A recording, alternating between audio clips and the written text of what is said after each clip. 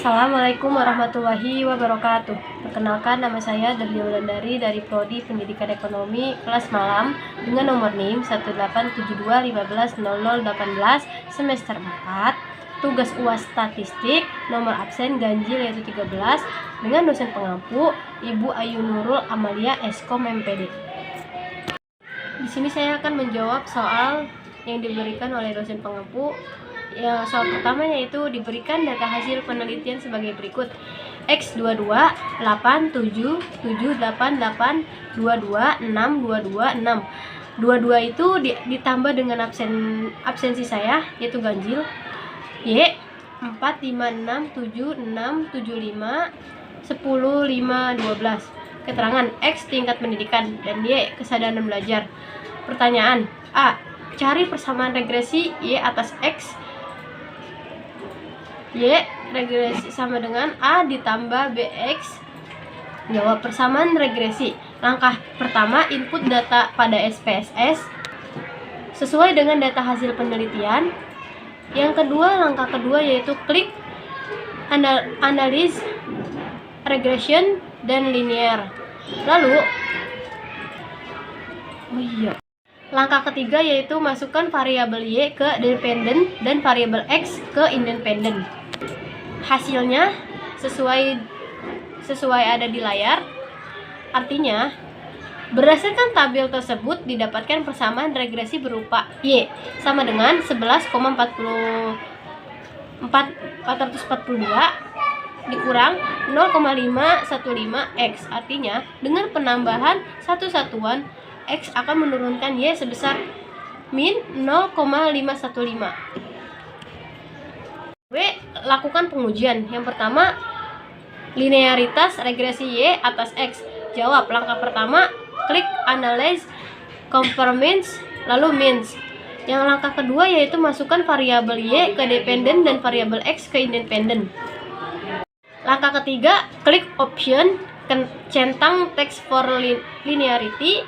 Hasilnya sesuai dengan tampilan di layar. Berdasarkan hasil uji linearitas didapatkan nilai P value sebesar 0,001 karena P value kurang dari 0,05, maka dapat disimpulkan bahwa ada hubungan linear antara X dan Y.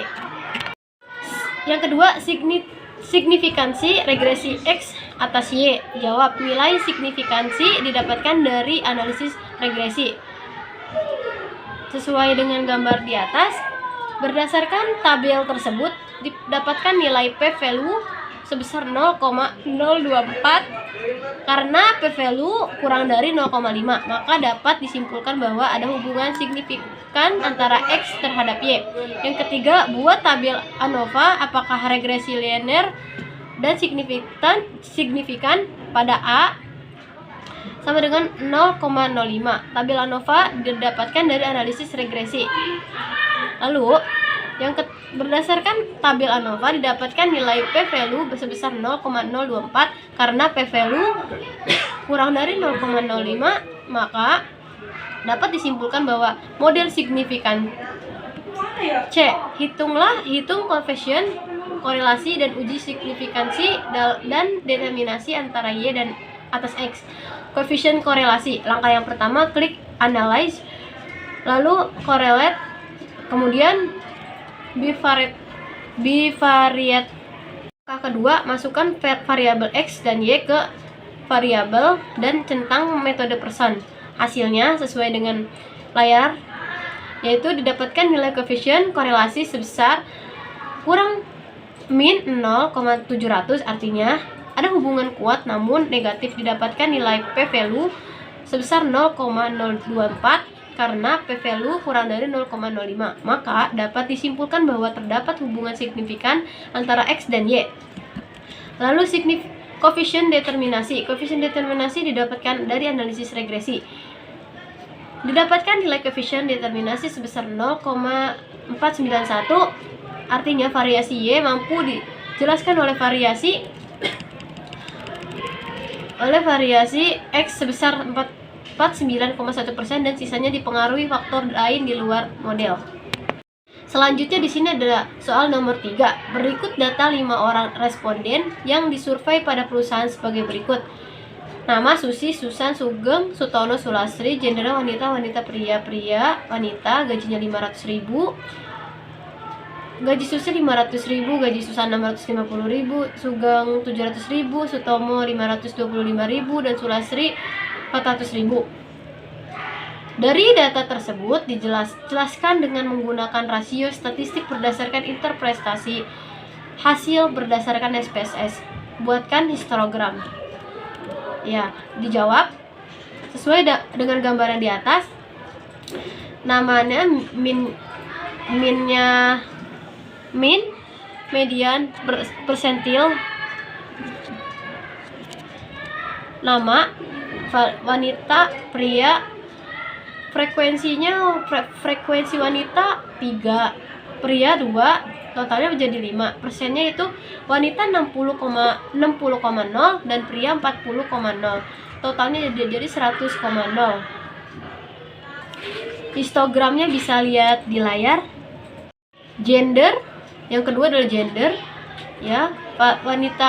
Wanita frekuensinya 3, pria 2, totalnya menjadi 5. Dan persen dari gender: wanita 40,0 dan pria 40,0, wanita 60,0, totalnya menjadi 100,0. Histogramnya tersedia di layar. Lalu gaji yaitu 400.000 frekuensinya 1, 500 frekuensi 1, 525 frekuensinya 1, 650 frekuensinya 1, 700.000 frekuensinya 1, total menjadi 5. Selanjutnya ada usia yaitu 3, 25, 26, 29, 34. Frekuensinya 1, 1111, totalnya 5. Persennya 20,0, 20,0, 20,0, 20,0, 20,0, hasilnya 100,0. Histogramnya sesuai dengan di layar. Selanjutnya ada anak. Ada yang tidak memiliki anak, dan ada yang mempunyai 1 anak, ada yang mempunyai 2 anak, dan ada yang mempunyai 3 anak. Frekuensi dari yang tidak mempunyai anak yaitu 2, dan frekuensi dari yang mempunyai anak 1 adalah 1. Frekuensi yang mempunyai anak 2 1, frekuensi yang mempunyai anak 3 yaitu 1. Totalnya menjadi 5. Persennya 40,0, 20,0, 20,0, 20,0, dan 100,0. Jam kerja di sini ada yang 30, 31, 34, dan 40. Frekuensinya 2, 1, 1, 1, totalnya 5. Persennya 40,0, 20,0, 20,0, 20,0, dan 20,0, hasilnya 100,0. Palit persennya yaitu 40,0, 20,0, 20,0, 20,0, dan hasil 100. Jadi pada variabel gender, dari total 5 responden terdapat 2 responden berjenis kelamin pria 40% dan 3 responden berjenis kelamin wanita yaitu 60%. Pada kelompok pria, koefisien dispersi untuk gaji adalah 0,081 dan untuk jam kerja adalah 0,100,0%. Rentang yaitu 20%. Artinya, sebagian besar data gaji dan jam kerja para kelompok pria berada dalam rentang 20% dari nilai median. Sedangkan pada kelompok wanita, koefisien dispersi untuk gaji adalah 0,219 dan untuk jam kerja adalah 33,3%. Ini menunjukkan bahwa data gaji pada kelompok wanita lebih bervariasi dan lebih tersebar dari nilai median dibandingkan dengan kelompok pria. Pada kelompok pria, koefisien konsentrasi untuk gaji adalah 80%, yang artinya sebagian besar data gaji berada dalam rentang 20% dari median gaji pada kelompok pria. Namun pada kelompok wanita, koefisien konsentrasi untuk gaji adalah 33,3%, menandakan bahwa data gaji pada kelompok wanita lebih terdistribusi secara luas dan tidak terkonsentrasi di sekitar nilai median. Sekian pemaparan dari saya, mohon maaf Mohon maaf apabila ada salah-salah kata. Wassalamualaikum warahmatullahi wabarakatuh.